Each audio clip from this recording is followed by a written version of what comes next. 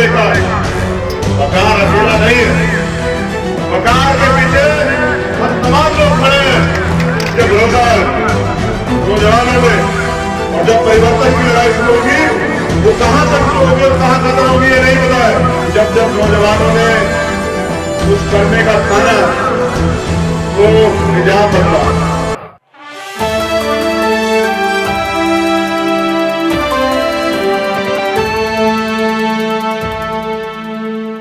नमस्कार, ABN news में मैं शोएब अख्तर।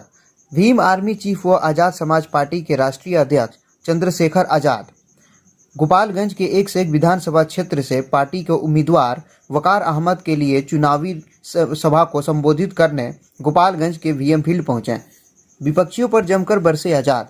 बिहार में बढ़ती बेरोजगारी पर सरकार से सवाल करते हुए पूछा, कहाँ है रोजगार? लोकतंत्र में जनता के अधिकारों को याद दिलाया। युवाओं का उत्साह और जोश बढ़ाते हुए कहा कि जब जब नौजवानों ने परिवर्तन लाने को ठाना तो निजाम बदला। उन्होंने कहा कि अपने वोटों का सही प्रयोग करते हुए एक सुयोग्य और कर्मठ उम्मीदवारों को चुने। बिहार में बढ़ते बेरोजगार, भ्रष्टाचार, मॉब लिंचिंग, माफियागिरी, अस्पताल की समस्या और पलायन आदि रहे अहम मुद्दे। आज़ाद की सभा की एक झलक। आपकी लड़ाई रोजगार की नहीं रहेगी तो आप सरकारों से सवाल करेंगे, और जब सवाल होगा तो जवाब देना पड़ेगा।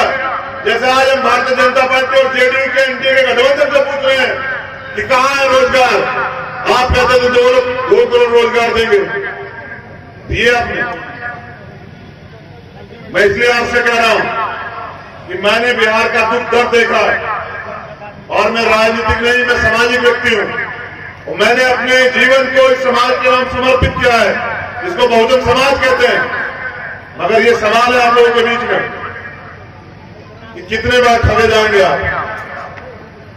वकार अकेला नहीं है, वकार के पीछे हम तमाम लोग खड़े हैं, और तब तक खड़े रहेंगे जब तक लोकतंत्र में अंतिम व्यक्ति को उसके अधिकार नहीं मिल जाते, जब तक बिहार का पलायन नहीं रुक जाता, जब तक बिहार में अच्छे स्कूल नहीं खुल जाते, जब तक बिहार में रोजगार नहीं पैदा हो जाता, जब तक बिहार में अच्छे हॉस्पिटल नहीं बन जाते, जब तक बिहार में मॉब लिंचिंग और जातिगत हत्याएं नहीं रुक जाती, जब तक बिहार का क्राइम नहीं खत्म हो जाता, जब तक बिहार से धनबल, माफियागिरी, क्राइम की राजनीति नहीं खत्म हो जाती, तब तक हमारा संघर्ष जारी रहेगा। यानी कि जब तक पूर्ण रूप से भारतीय संविधान लागू नहीं होता, आप समझिए तो सही।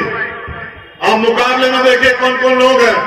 एक तरफ वो लोग हैं जिन्होंने दलितों पे अत्याचार किया, जिन्होंने दलितों पे अत्याचार किया और मुकदमे भी नहीं लिखे गए, ऐसे लोग भी प्रत्याशी हैं।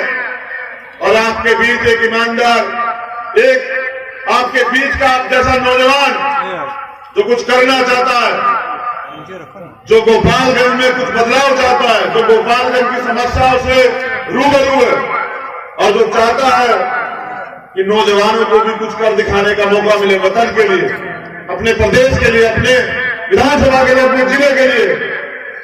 क्या ऐसे नौजवानों को मौका नहीं मिलना चाहिए? क्या ऐसे नौजवानों को विधानसभा में जाने का अधिकार नहीं है? क्या राजनीति पैसे वालों की बनी रहेगी? उनका भरोसा भी देखिए, उनके पास कोई आइडियोलॉजी नहीं है। जिनके खिलाफ वोट दे रहे हैं ना, जिनसे संघर्ष है, उनसे समझौता नहीं हो सकता, और उनका कोई भरोसा नहीं कि कल मौका मिलेगा वो फाला बदल के उनके खेमे में नहीं जाएंगे। लेकिन मुझे भरोसा है नौजवानों में, और उन नौजवानों पे जिन्होंने ये तय किया कि भाई हम आपके साथ खड़े होकर बदलाव की, क्रांति की लड़ाई को लड़ेंगे, और गरीबों की, आवाम की, नौजवानों की, महिलाओं की, बहनों की, उनकी सुरक्षा की और उनके अधिकारों की लड़ाई को लड़ेंगे। तो आने वाला कल तभी सुनहरा होगा जब नौजवान ये तय कर ले कि हम परिवर्तन करना चाहते। और जब परिवर्तन की लड़ाई शुरू होगी वो कहां से शुरू होगी और कहां खत्म होगी ये नहीं पता है। लेकिन याद रखिए कि जब जब नौजवानों ने कुछ करने का ठाना तो निजाम बदला। वो ऐसे ही कुछ नौजवानों ने भारत को आजादी दिलाने की ठानी थी, तो आप देखिए कि अंग्रेजों को यहां से लौटना पड़ा था। जो अंग्रेज ये कहते थे कि हमें कोई हटा नहीं सकता, आज जो सत्ता में काले अंग्रेज बैठे हैं उनको भी हटाया जाएगा, उनको भी सत्ता से बेदखल किया जाएगा। और ऐसे नौजवानों को भी वहां भेजा जाएगा तो नौजवान आपके बीच के और आपकी लड़ाई को लड़ेंगे, क्योंकि रात बहुत हो गई और आप लोगों ने बहुत इंतजार किया। मैं माफी चाहता हूं आपसे, लेकिन मैं दरखास्त करता हूं कि वकार नहीं, चंद्रशेखर आजाद लड़ रहा है, आपका भाई लड़ रहा है, आपका बच्चा लड़ रहा है।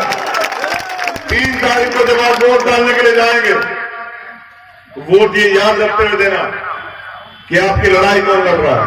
वोट ये याद रखते हुए देना कि आपके दुख सुख में कौन साथ है।